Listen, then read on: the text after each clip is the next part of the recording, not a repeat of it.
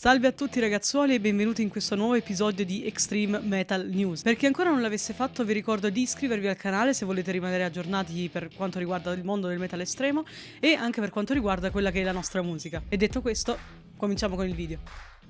I Cattle Decapitation hanno annunciato il loro nuovo album un mese prima del previsto, a causa di un leak che aveva già praticamente spoilerato sia la tracklist che tutte le info per quanto riguarda l'album in sé. Il loro nuovo album si chiamerà Terrasite, che è di derivazione greca per quanto riguarda sia terra logicamente che sitos, che vuol dire cibo, e infatti si può tradurre l'album in due modi, sia divoratore della terra sia terra post antropocene, che per chi non lo sapesse come me che sono dovuta andare a vedere la definizione, l'antropocene sarebbe l'era geologica in cui noi viviamo, ovvero l'era in cui l'umanità ha un grosso impatto sull'ecosistema. Infatti i Cattle Decapitation sono famosi per unire un death metal veloce e progressivo a delle tematiche ambientaliste, animaliste eccetera.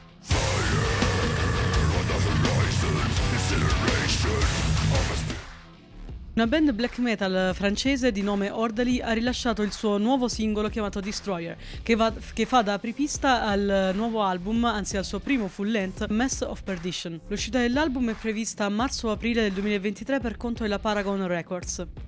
Quello che gli Orderly propongono è un black metal a cavallo tra un qualcosa di molto brutale e veloce e un qualcosa di più melodico, alla Dark Funeral per intenderci. Gli Orderly hanno rilasciato nel 2015 un EP chiamato sempre Mess of Perdition.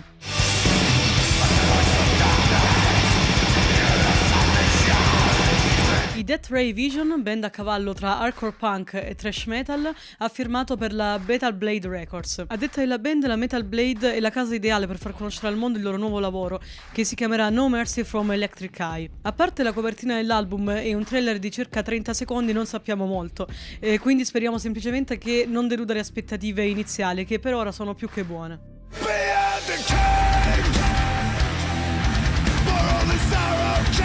Gli Spectral Whisper hanno rilasciato giusto qualche giorno fa il loro nuovo album chiamato Enchantress of Black Chords. Loro sono una band tedesca che in realtà ha cambiato nome nel 2020 circa e infatti ora si fanno chiamare Mysteria Mystic Eterna. Questo è materiale però registrato nel 2017 quando Noxatra, che è il principale compositore della band, lavorava come one man band, quindi probabilmente per questo hanno rilasciato questo lavoro sotto il nome di Spectral Whisper. Il genere proposto dagli Spectral Whisper è tanto semplice quanto efficace, è un raw black metal dalle forti tinte oscure, se mi perdonate il gioco di parole, proprio nelle tematiche e nelle atmosfere che riesce a creare.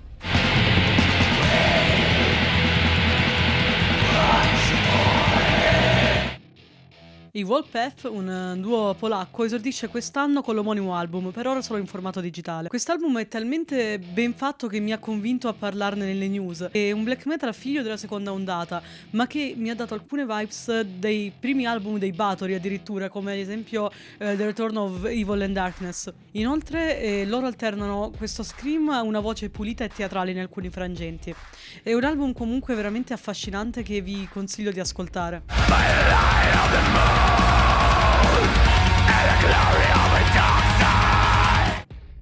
Per dovere di cronaca citiamo anche il nuovo album degli Obituary, Dying of Everything, che è uscito se non sbaglio il 13 gennaio, ora non vorrei andare errato, poi magari ve lo scrivo qui sopra se sbaglio la data. Un album che secondo me è un ritorno al death metal vecchia scuola come solo gli Obituary sanno fare. E a questo proposito il buon Sergio Vinci ha fatto una recensione sul suo canale veramente ben fatta, vi lascerò in descrizione il link proprio alla sua recensione, che sottolinea come alcune critiche fatte agli Obituary non stiano né in cielo né in terra. Quindi forza Obituary e forza death metal.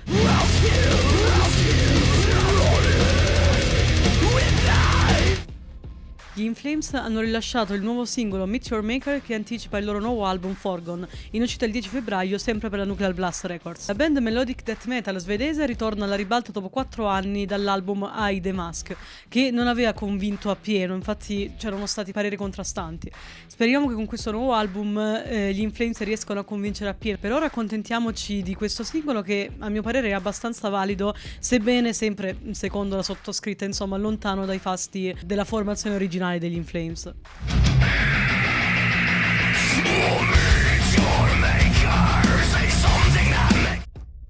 Apriamo questa parte delle news parlando di una band a cavallo tra deathcore, hardcore punk e crustcore chiamati Michael Kill. Michael Kill sono una band modenese che ha rilasciato il 14 gennaio il loro nuovo lavoro Infierire sul malessere. La band è stata tanto gentile da inviarmi sia la loro maglietta, che è questa qui, di cui vi lascerò ovviamente il link in descrizione nel caso vogliate acquistarla, sia il loro disco, chiedendomi una recensione. Proprio grazie a loro posso parlarvi di un nuovo progetto in collaborazione con Sergio Vinci, ovvero la geniale mente dietro a Heavy Metal Maniac, nel quale proporrò recensioni di band più o meno underground, sempre ovviamente nel genere del metal estremo. In conclusione posso comunque dirvi che i Michael Kill meritano assolutamente un ascolto, ma se volete saperne di più ovviamente andate a vedere la recensione. Non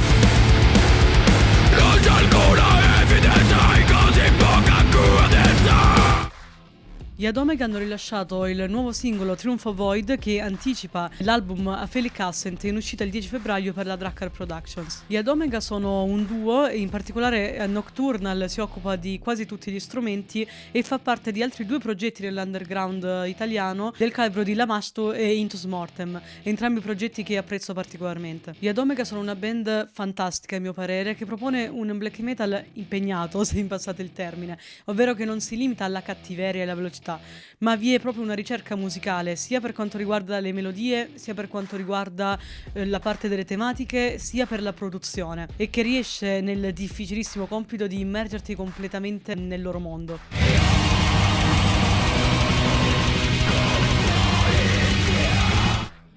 Il 4 gennaio la one-man band Beyond Melancholy ha pubblicato il suo nuovo album Rejected by Life. Purtroppo non ho ancora trovato il tempo di ascoltare l'album, ma come sapete ho un debole per questa one-man band, quindi sono sicura che non deluderà le mie aspettative. Vi ricordo inoltre che il ragazzo in questione milita in un altro bellissimo progetto chiamato Suicidal Anxiety. Questo progetto inizierà un tour dal 20 gennaio, se non erro, chiamato Beyond the Fog, insieme ad altre due band italiane, gli Azog e i Rod.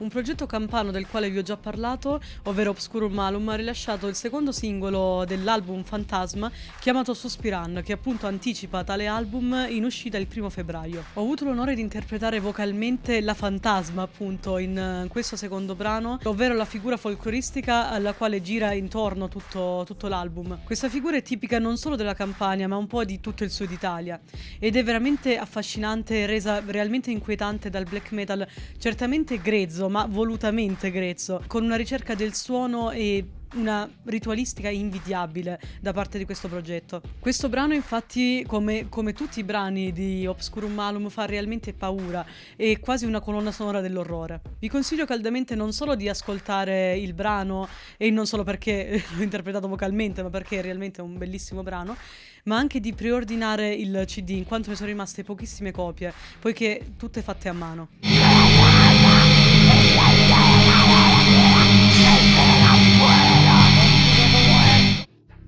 La band Vita Starcoris ha rilasciato il 10 gennaio il suo album di debutto chiamato Crepitus. Quest'album è molto particolare in quanto mischia uno sludge a delle sfumature black metal con delle lyrics completamente in italiano. Inoltre le vocals sono veramente molto particolari in quanto mischia una voce urlata tipica dell'hardcore punk di band come Hey Hate God, per dirne una più famosa, ma anche di tutta quella scena lì italiana, e ha delle voci parlate più teatrali, più recitate. La musica e i testi in sé sono poetici per quanto malati e disperati, ed è difficile capire cosa intendo se non si ascolta l'album. Per ora l'album è disponibile solo in formato digitale, ma la band ha fatto sapere che nei prossimi mesi verrà rilasciato anche un formato fisico.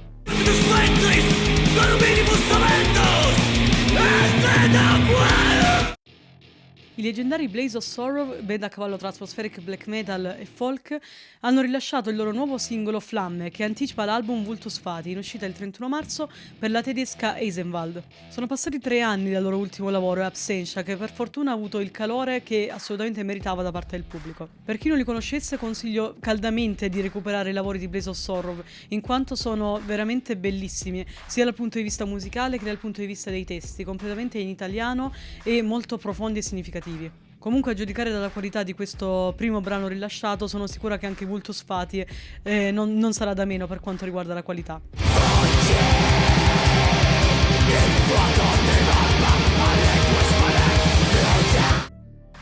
Grazie a tutti per aver seguito il video, vi ricordo ancora una volta di iscrivervi al canale, di mettere un mi piace, di commentare e di farmi sapere che cosa ne pensate di queste nuove uscite. Inoltre vi ricordo di passare sia sul canale di Heavy Metal Maniacs sia sul canale di Sergio Vinci TV, troverete per entrambi il link in descrizione. Grazie a tutti per l'ascolto e ci vediamo in un prossimo video. Lead the fire!